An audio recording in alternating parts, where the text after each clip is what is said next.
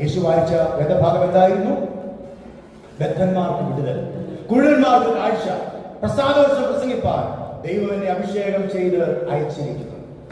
വായിക്കുന്നത് ആ ഭാഗം ഇങ്ങനെ വായിച്ചപ്പോൾ, അതിനൊടുവിലത്തെ ഭാഗം ഇങ്ങനെ വായിക്കുന്നു 20-ാമത്തെ വാക്യത്തിൽ, പള്ളിയിലുള്ള എല്ലാവരുടെയും കണ്ണ് അവങ്കൽ പതിഞ്ഞിരുന്നു.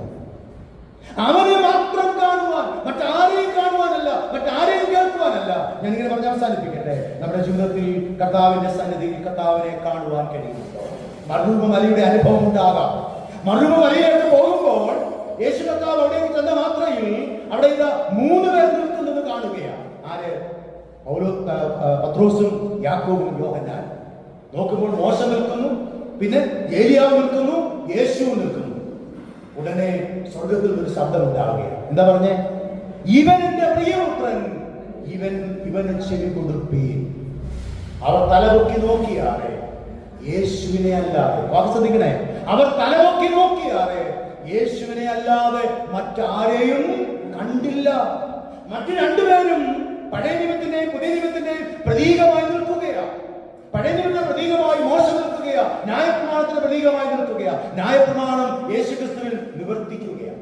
ന്യായപ്രമാണത്തെ നീക്കാനല്ല, പിന്നെ നിവർത്തിക്കാനാണ് യേശു വന്നത്. യേശു പറഞ്ഞു. ഏലിയാവ് എന്ന് പറയുന്നത് മരണം കാണാതെ സ്വർഗത്തിലേക്ക് എടുക്കപ്പെടുന്ന വിശ്വാസ സമൂഹത്തിന്റെ പ്രതീകമാണ്. അപ്പൊ നമ്മൾ ചിന്തിക്കുക, യേശുവിൽ വിശ്വസിക്കുന്നതായിട്ട് പ്രിയപ്പെട്ടവർ, യേശുവിൽ ആശ്രയിച്ച് ജീവിക്കുന്നതായിട്ട് പ്രിയപ്പെട്ടവർ, കർത്താവിലേക്ക് കാഹളനാദത്തിങ്കൽ എടുക്കപ്പെടുമ്പോൾ ഉണ്ടാകുന്ന അനുഭവത്തെ ഓർപ്പിക്കുകയാണ് ഏലിയാവ്. എന്ന് പറയുകയാണ്, മോശയും ഏലിയാവും പോകും, പോകാത്ത ഒരുവനുണ്ട്. ആരാണ്?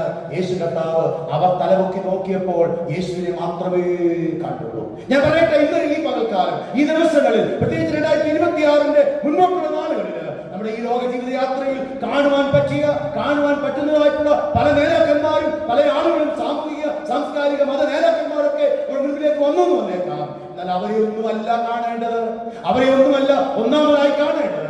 അവരെ കാണുമ്പോൾ കാണുന്നൊരു വിരോധമില്ല, സംസാരിക്കുന്ന വിരോധമില്ല. പക്ഷെ കാണേണ്ടവനെ മാത്രമേ കാണേണ്ടതുപോലെ കാണാവൂ. ആരെയാണ്? നമുക്ക് വേണ്ടി ജീവൻ തന്ന, നമ്മെ വീണ്ടെടുത്ത, സ്വന്തം രക്തത്താൽ വീണ്ടെടുത്ത ആ കർത്താവായ യേശുവിനെ മാത്രമേ നോക്കാവൂ. അതാണ് ദൈവം നമ്മെ കുറിച്ച് ആഗ്രഹിക്കുന്നത്.